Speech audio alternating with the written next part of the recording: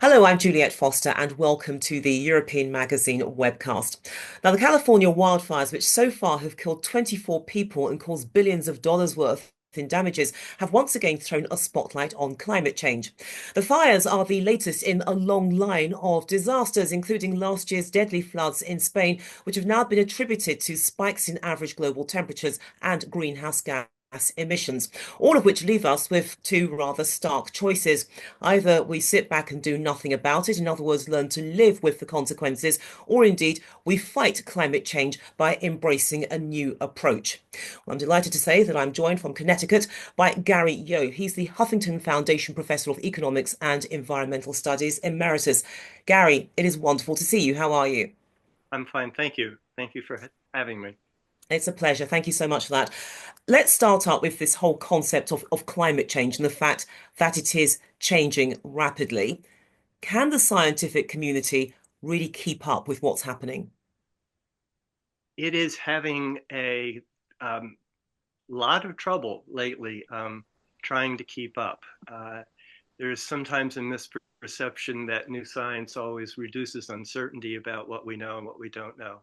And the speed at which the climate is changing, particularly in the way that it's being manifest in extreme events like the California fires or the hurricanes that the East Coast and North Carolina, central North Carolina suffered, an enormous number of episodes in Europe and really, frankly, around the world.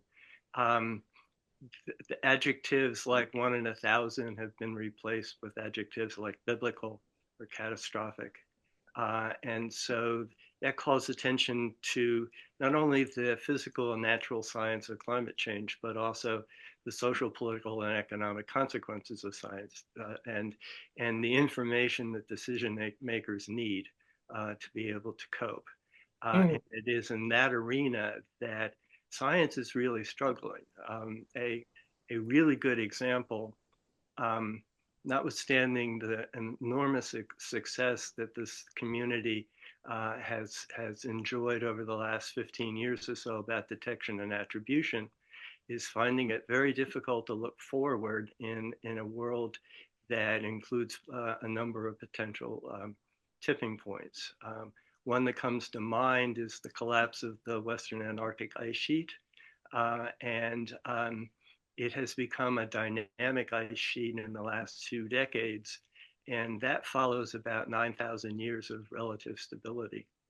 yeah. And the scientific community has realized that their understanding of ocean models and ice models and atmospheric models and their coupling is really very inadequate and not fit for purpose of looking forward in that particular arena.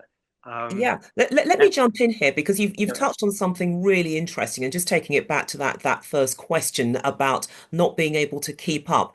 If that is the case, how can we be sure that we have the true picture of what is happening in the environment? Because as you yourself said, we need to have as good a forecast, as stable a picture as we can if it's going to inform sensible decision making. that's certainly true, but if we're not capable of providing that, that doesn't excuse decision makers from trying to do something.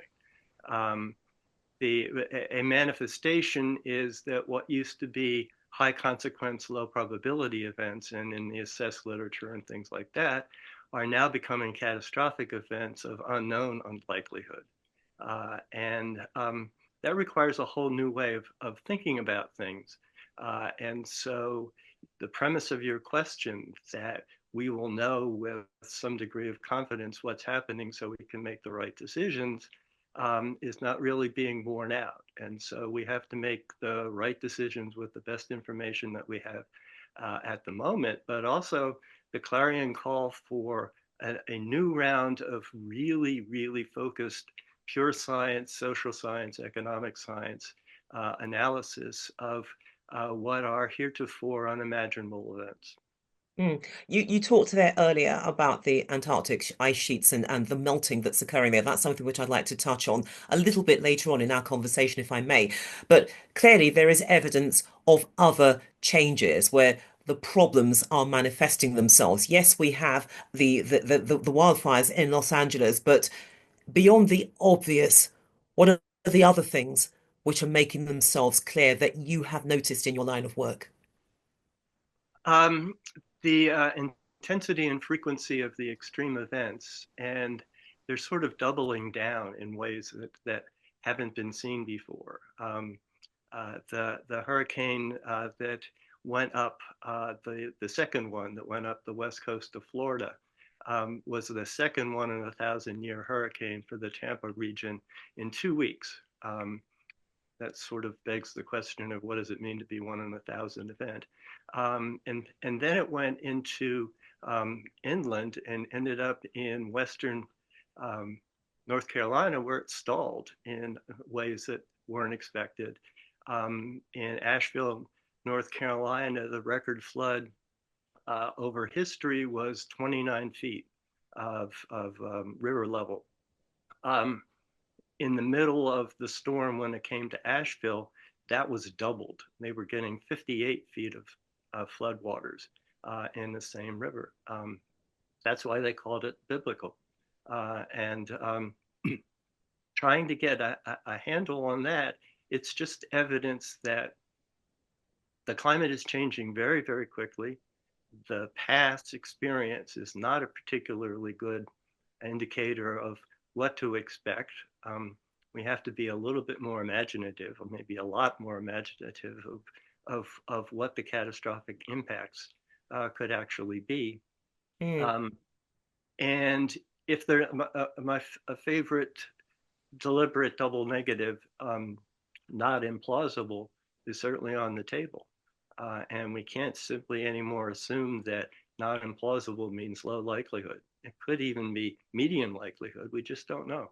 yeah, because certainly with the coverage that we have seen of these wildfires in Los Angeles, we've also had other statements which are emerging too, notably the record global heat, that this is persisting. We saw these rises occurring. We've had more information about this for 2023 and of course 2024. These are records that it is in nobody's interest to break. Oh, absolutely. These are very threatening records. They are persistent. They are month by month by month, the warmest on record starting in the middle of 2023. Um, and the records aren't just being broken by a little bit. They are just being shattered in ways that completely unexpected. It was expected that the 2023 warming may slow down a little bit in 2024. That didn't happen. And the real question in coping with that is how to attribute the incidence of those record-breaking, unprecedented um, heat across the globe. It's not just in one place, it's across the globe. Mm. Um, and that detection and attribution is very difficult, but it's really, really essential. Some of the explanations are sort of one-off experiences that won't be repeated, but some of them are directly related to long-run trends in changing climate. And that attribution allows for mitigation as well as adaptation to be part of the toolkit. And a really important lesson is you could do the best you could in both of those, and there still be residual damages. The really scary thing is the residual damages are blowing up. It's not just a little bit, it's not just one um, batch of property along a coastline being threatened by a flood and having to be rebuilt. It's entire communities, it's entire cities, it's entire regions, and it holds the potential for contagion financial effects around the world. Sure, and we're actually seeing this, of course, with these fires in LA because they have not yet been put out. There are some danger signs around the corner there, but again, a lot of the questions about what to do with these areas, accommodating people, and also the financial costs. These are being raised in the conversations now. But earlier, you used an expression, tipping point. Do you feel that we have now reached a tipping point with the environment that this is it? There can be no procrastination. We have to read the writing on the wall and do something now. I think we have come to the point where have enough information that um, we can understand how tipping points would occur. We can't necessarily predict when or how quickly, but we know that they're not in the distant future anymore. They're someplace in the not too distant future. Um, and they include rapid sea level rise from a collapse of the Western Arctic ice sheet, um, enormous fires like in California from a confluence of bad events all happening at the same time. Santa Ana at record levels following enormous drought of historic proportions for the region that followed a period of time where they had higher than normal rain, and that promoted a lot of growth of what turned into really good fuel for fires. Hmm. I mean, look, in my The Amazon rainforest is another one. Runaway greenhouse effect from melting methane is another one. The rapid melting of the Greenland ice sheet that reduces the salinity of the northern Atlantic and slows the thermal halide circulation that could shut that current down. Um, those are all pretty well understood in terms of process. hmm. But again, the science isn't equipped yet to be able to look forward and say, oh, in the next 10 years, this is going to happen. But we're pretty confident that in the next 25 or 30 years, this is likely to happen. Of course, and look, it is a very it's a fatal scenario. Mm-hmm. But at the same time, we do have a choice. We have a pretty good idea what lies ahead of us. Now, as I said in my introduction, we could just sit back and do nothing and say to ourselves, look, this is inevitable, so let's just find a way to live with it. Or on the other hand, we can embrace the alternatives. And what fascinates me is that you have reduced the responses to three potential scenarios: mitigate, adapt, or suffer. Take me through those in very simple terms. Are the choices really that stark? I think they are, and I have to footnote that framing. John Holdren, who was science advisor to President Obama for 8 years and a very respected and recognized and awarded scientist, when he was speaking for the President of the United States, would go around the world saying, "We have three choices: abate, adapt, or suffer." And it really allows you to frame your thoughts on the two major choices of policy. One is abatement mitigation, reducing the pace of greenhouse gas emissions, so you slow the pace of warming. Um, that reduces the likelihood of these events occurring. And then there's, excuse me, adaptation, which is designed either in anticipation or in response to reduce the consequences of the impacts of the climate change that you haven't avoided. Um, and one lesson, and it's rampantly misunderstood in all of the discussions of how to respond to the California fires, is that even if you did these things perfectly, you would not eliminate the residual damages. And that is something that we have to recognize and stop throwing blame around. If somebody had done this better or somebody had done that better, the fires wouldn't have been as bad. There have been firefighters that had said we could have had as many trucks as we wanted and all the water we wanted, put in all of the places we want them to go. And because of the winds and the burning embers flying around and stuff like that, it wouldn't have made any difference. So Mother Nature is really sort of pissed off at us, and there are times we're just incapable of doing anything about that. That requires a rethinking of what the response ex post after the damages have to be, and how creative we have to be about the dimension and the span of the potential impacts. Where do you think we are within that nexus, mitigate, adapt, or suffer? Um, 2 or 3 years ago, I thought we were in a place where we couldn't protect against the upper tails of the damages, but they had been experienced before. They hurt people in individual places. They're terrible. They cost lives. They cost treasure. Um, but it seemed to be manageable. The damages in Asheville were extraordinary, but it seems to be manageable. That they will think about rebuilding and recovering. Hurricane Harvey came through Houston and caused enormous flooding because, again, the hurricane stalled and produced 42 inches of rain in 24 hours.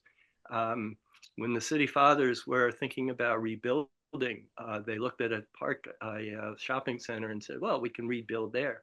And somebody smart said, "No, um, let's turn that into a park that people can enjoy. But when those rains happen again, it's a floodplain and it reduces the damage and the flooding where people actually live. Let's not put them back in the same place." So you need that sort of creative thinking. And an interesting point as well, because and it does lead quite nicely to this other area which I'm going to raise with you. Because look, we do have choices. And my question to you is, how do we inform these choices if we're going to land on the right solution? Because yes, you can give people all the facts and tell them if you don't do this, the following scenarios will happen.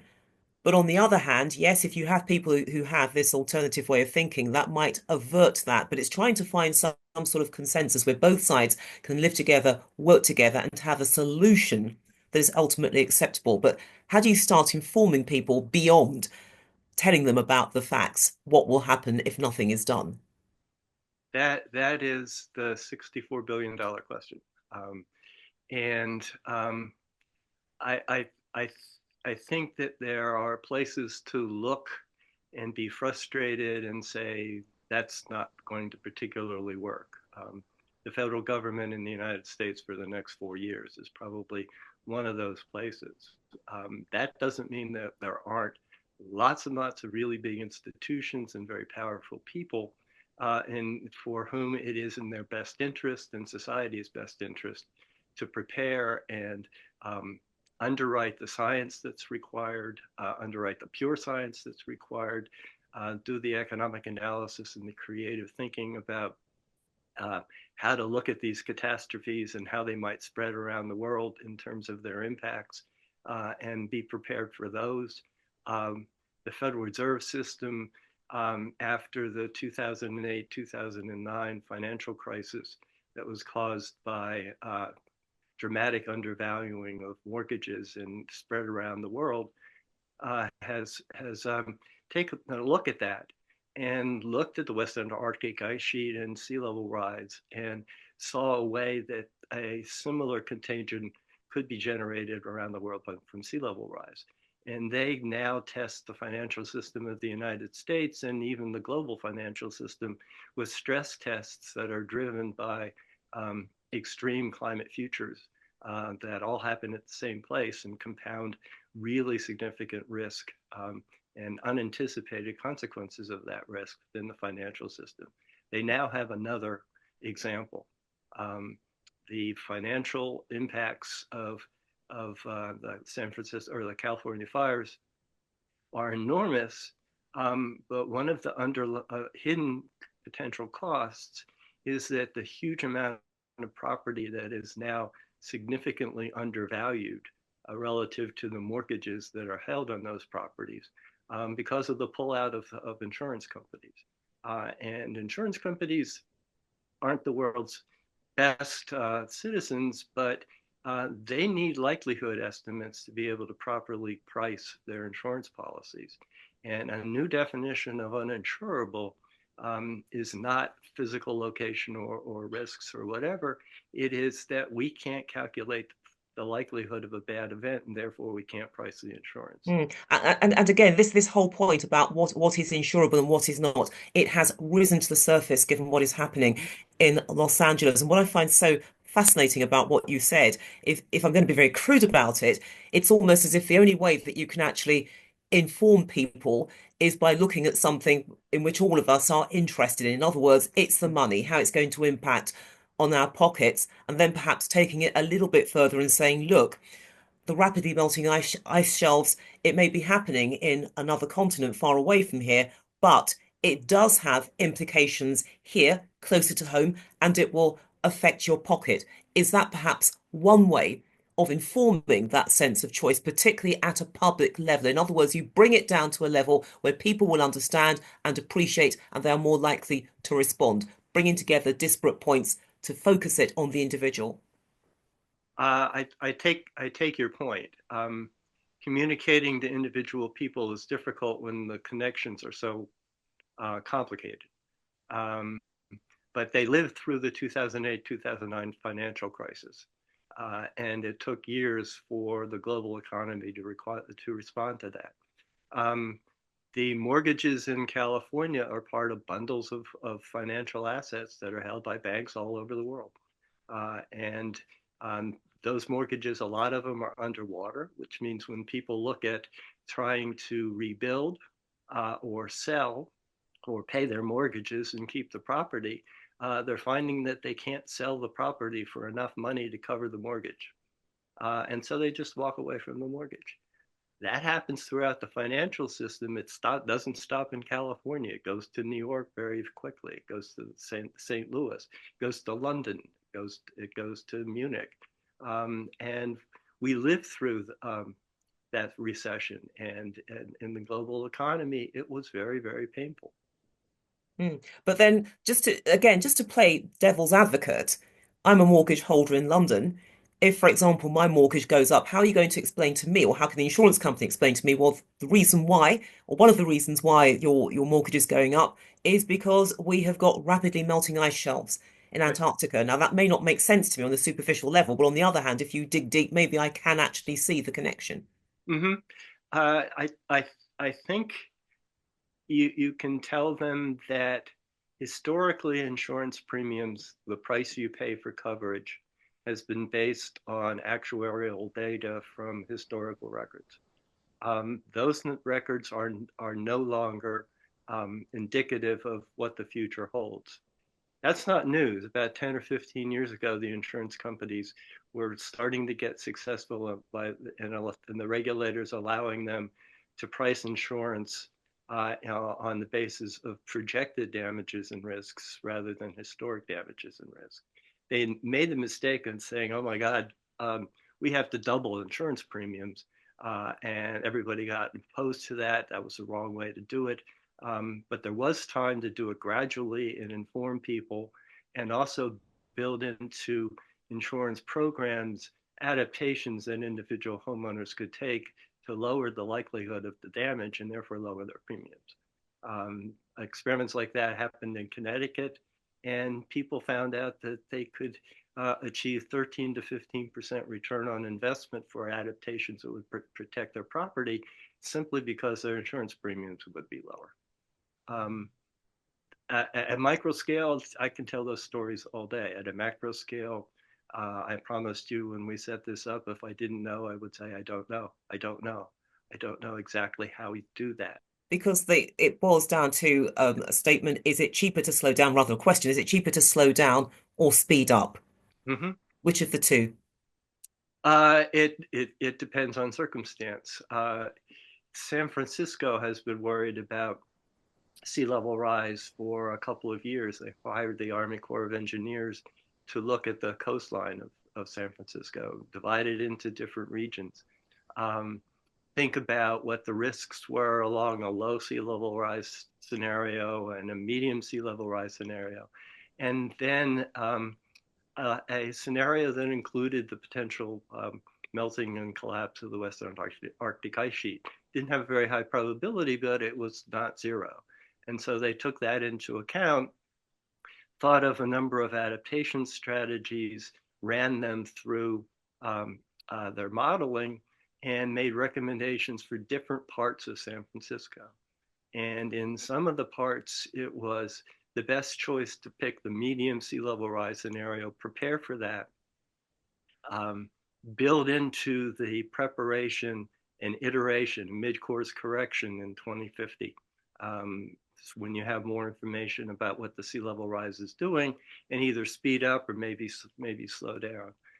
But there was one place of particularly high value, the Embarcadero, where the recommendation was actually planned for the next 20 years as if the very worst scenario was going to happen. And start to build, start to plan for retreat, start to restrict development um, in anticipation of the worst. And then if 2050, you find out that the worst is less likely than you might have thought, well, then you did too much too early. And there was a regret there. But it was a rational and efficient response because you had the ability to make a mid-course correction. If you found out that that was in fact true, then you were on your way to being able to do the best you could. But once again, you're not going to eliminate all of the potential risks. There are storms out there in San Francisco, regardless of what they do to protect the Embarcadero, it's going to cause enormous damage, just not as much as it would have if he hadn't done that. Sure, and there will always be the risk with preemptive action that it's designed to deal with a particular scenario. 2% of that scenario may happen, 20%, 50%, whatever. But the vibe I'm getting here is that it's better to be safe than sorry. But let's move things along now because you've written articles in which you have advocated a clarion call for support. You actually use that expression Mm-hmm. in one of your earlier responses. And what I need to know from you is what does that mean? And Mm-hmm. how should it work or would it work in reality? It means all hands on deck, doing what they can in their sandbox, but bringing um, climate risk and 1 in 1,000 year events and things like that into their sandbox, into their deliberations, um, and recognize that the science needs support and it needs a lot of support. We essentially have to double the scientific effort because we have to continue to do the detection and attribution, but now we have this new fundamental problem of projecting forward things that happen very suddenly. Um, so they need to do that.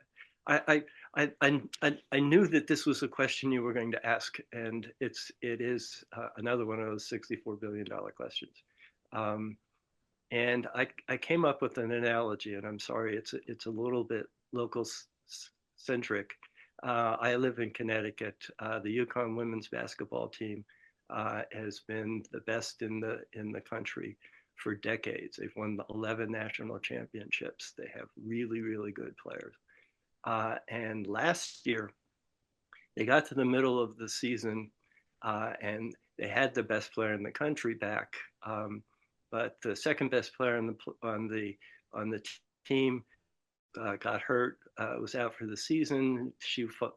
That episode followed 3 or 4 of the really highly regarded recruits and the best people that were available to the team. They were out for the season, and they had 2 choices. One was, oh, well, it was us. This is just spectacularly unlucky. Um, let's just go through the motions, finish the season, and everybody will be healthy next year, and we'll show them then. Um, or you get together and everybody says, okay, what can I do? Um, what do you need from me? And there were first year students that were there that had played 17 games of basketball in high school the year before. Now we're expected to play 30 games at the top level, and 30 minutes a game. And they came to Connecticut thinking that they might win a national championship, but their first year they play 4 or 5 minutes a game and they could learn a lot. Well, no, you have to go out and figure out what you can do. And that's what they did. At one point, they were down to 6 players, and you need 5 people on the floor to play basketball. You need 6 to be able to even show up for a game. And they went through the season, and the freshmen learned, and the other players stepped up. And they lost by 2 points in the final game of the national championship last year. And so that's what we have to do. And if you were at this time last year and you were looking at the Yukon women, they might not even make the tournament, much less the Sweet 16, much less the Final Four, much less the final game. But they didn't hear that. So the people in Davos, the people at the World Bank, the people at the IMF, people in New York City, the people in philanthropies, Michael Bloomberg, Bill Gates, people like that, um, have to recognize, okay, it's time for me to pick up the ball. If we lose support for this science or that science, or we're going to interrupt collecting the data, I can pick that up. Tell me who's doing it, and I can work maybe through something like Resources for the Future, who knows how to funnel money through, Sure. or Bill Gates knows how to do that. So does Michael Right, Bloomberg. but it's making sure Those that people need to step up. yeah, making sure that you're on the right side of history. And look, I hear what you're saying. It's a very compelling argument that you put forward. But my final question, just really to close out, is whether you sense that there is a willingness to embrace this clarion call because you are issuing it against a backdrop of disinformation. And there are various individuals who don't want to accept the science and perhaps are quite happy to manipulate their presence to make sure that the rest of us don't. But also, as well, you have high profile political figures like Donald Trump who are on the record as being climate skeptics. So, realistically, what chance does that clarion call have of succeeding if it's got so much going against it? Well, that's another one of those. I don't know, but I'm still talking to people like you. I've been doing climate stuff since 1980 and 82. Um, the skeptics and the death threats and things like that started 15 years after that. Um, we came to understand that that was there. We came to understand, sadly, that there was a group of people we were never going to convince um, to change their mind, and they were dangerous, and they had access um, to social media. They could send out something that's not true. It would travel the world in 30 seconds. And we had complicated stories to tell. We were looked at as the elites, but we still had to do it, and we made progress. We were asked by the science community was asked by the skeptics. Um, okay, you've shown us that there's a warming trend in global temperatures, but so what? What does it mean for this? What does it mean for that? Show us the implications, the impacts, and stuff, and attribute it back to this human-induced climate change. And that community did that. It took 15 years, um, and it was an international effort, World Climate Research Program, linked with the United States Global Change Research Program and big activities in Australia.